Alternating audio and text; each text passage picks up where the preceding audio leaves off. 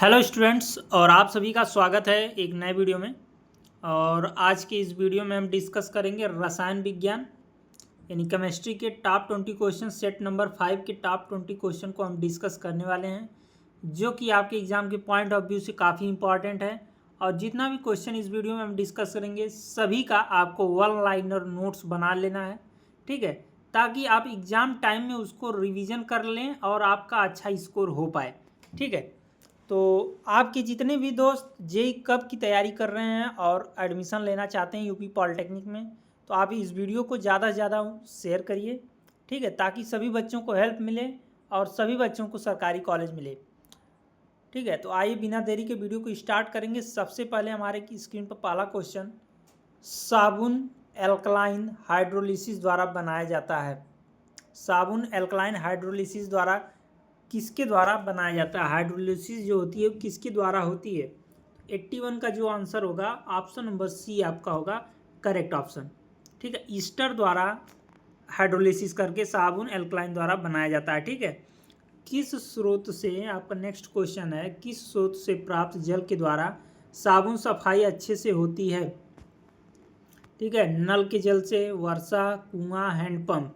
तो यहाँ पे सबसे बेस्ट आपका जो आंसर रहने वाला है वो वर्षा का हो जाएगा, यानी option number B is correct option. उसके बाद नेक्स्ट है, एक यौगिक जिसका आणविक सूत्र समान परंतु संरचना सूत्र अलग हो कहलाता है। कल के वीडियो में मैंने इस बात को डिस्कस किया था और यह क्वेश्चन मोस्ट इम्पॉर्टेंट, इसको आप जरूर तैयार करिएगा, ठीक है। इस क्वेश्चन को आप जरूर एकदम स्टार लगा के रख लीजिए कि आपके एग्जाम में आना है, इसको फिक्स है, ठीक है। क्योंकि कई बार आपके एग्जाम में देखिए कई बार कई वीडियो में रिपीट हुआ है, और ये मैं अपने से नहीं दे रहा हूँ, ये पूरा जो सेट है कई बार रिपीट हुआ है उस तरीके से आ रहा है, ठीक है। तो इसका जो आंसर हो जाएगा isomerism, option number A is correct option हो जाएगा। उसके बाद क्वेश्चन नंबर नेक्स्ट है, निम्नलिखित यौगिक आईपीएसी नाम लिखिए। CH3O, C2H5, इसका आईपीएसी नाम आपको लिखना है। तो सबसे पहले इसका नाम हो जाएगा methoxy ethane, option number A is correct option हो जाएगा। मिथॉक्सी इथेन इसका आईपीएसी नाम होगा।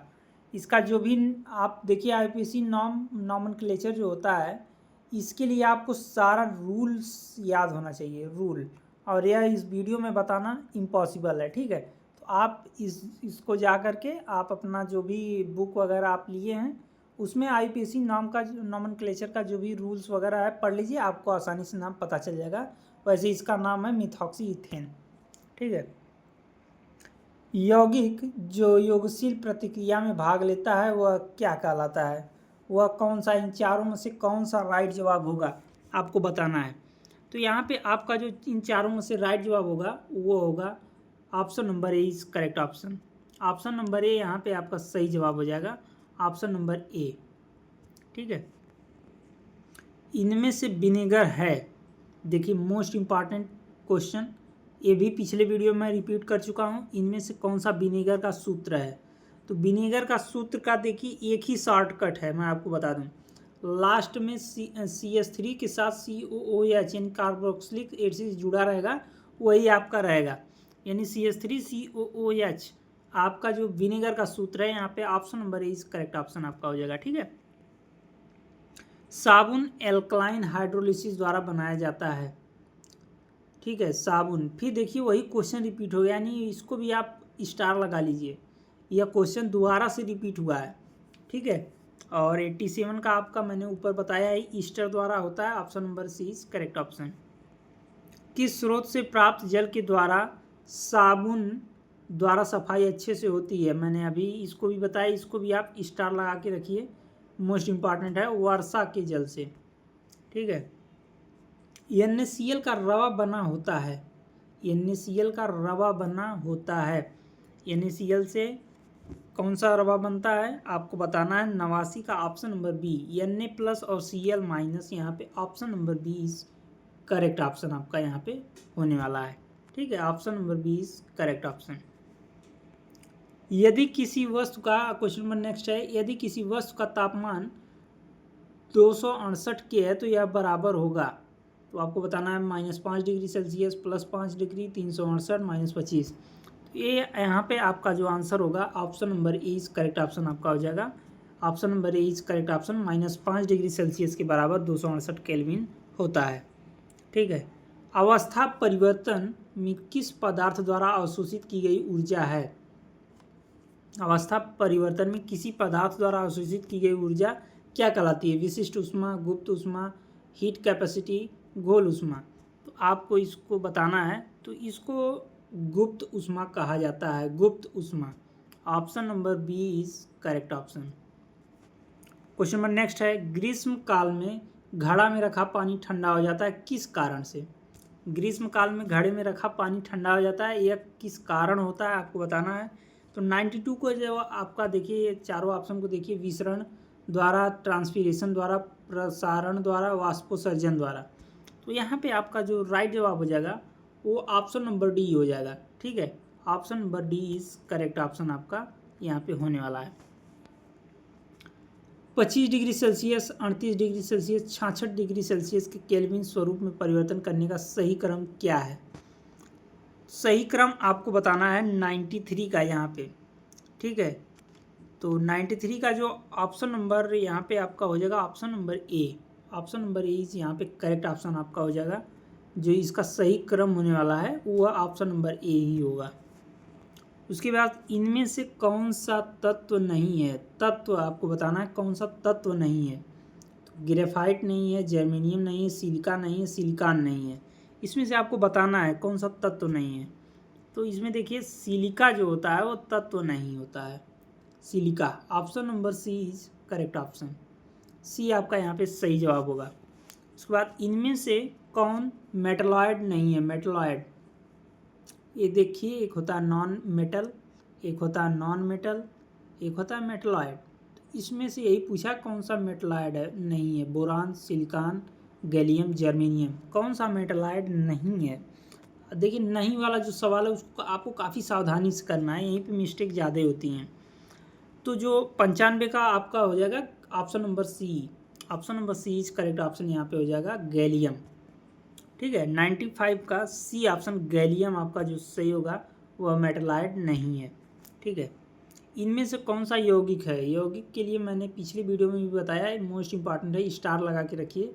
ठीक है, 96 का ऑप्शन नंबर ए, जिससे कार्बन जुड़ा हो, CO, कार्बन और ऑक्सीजन के बीच यहाँ पे बॉन्ड बना हुआ है। तो option number A is correct option यहाँ पे हो जाएगा। इनमें से कौन सा विद्युत का अच्छा सुचालक और कुचालक है?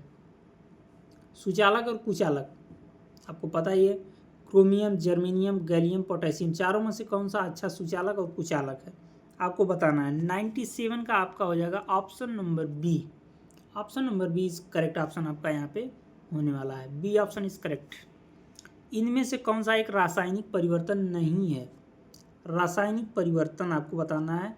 एक होता है, देखिए, रासायनिक परिवर्तन मैं आपको पिछले वीडियो में बता चुका हूँ। पिछली वीडियोस का जितना भी लेक्चर मैं आपको दे रहा हूँ, ठीक है, सारे को आप अच्छे से तैयार कर लीजिए। आपका अच्छा एग्जाम जाने वाला है, आपको सरकारी कॉलेज मिल के ही रहेगा।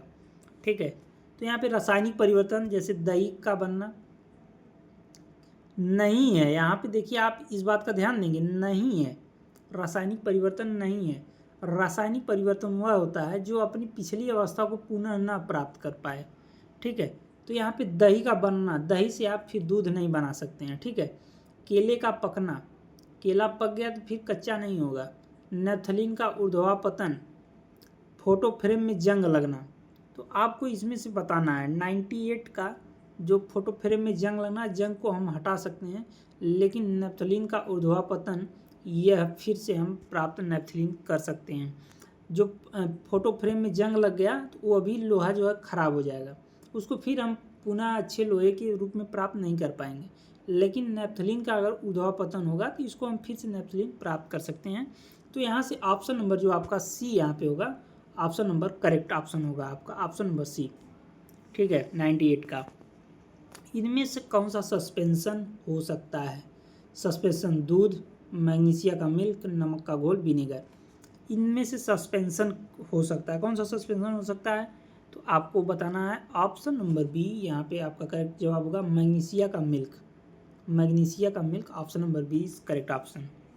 इनमें से कौन ठोस में ठोस का घोल है? ठीक है, ठोस का घोल है। तो आपको बताना बोरान, पीतल, बेरिलियम, रोटी। ठोस में ठोस का घोल है तो आपको बताना है यहाँ पे, ठीक है। तो यहाँ पे आपका ऑप्शन नंबर बी करेक्ट हो जाएगा, पीतल। Option number B is correct option. तो ये रहे सारे आपके टॉप 20 क्वेश्चन। बाकी अगर किसी क्वेश्चन में आपका किसी प्रकार का डाउट है तो आप कमेंट करके पूछ सकते हैं। बाकी अगर आप कोई सुझाव देना चाहते हैं, कोई क्वेश्चन नहीं समझ में आ रहा है या आप और बेहतर कंटेंट लेना चाहते हैं तो आप सुझाव दे सकते हैं कमेंट में, ठीक है, ताकि हम अपने कंटेंट को और अपडेट कर सकें और अच्छा कंटेंट आपको प्रोवाइड कर सकें, ठीक है।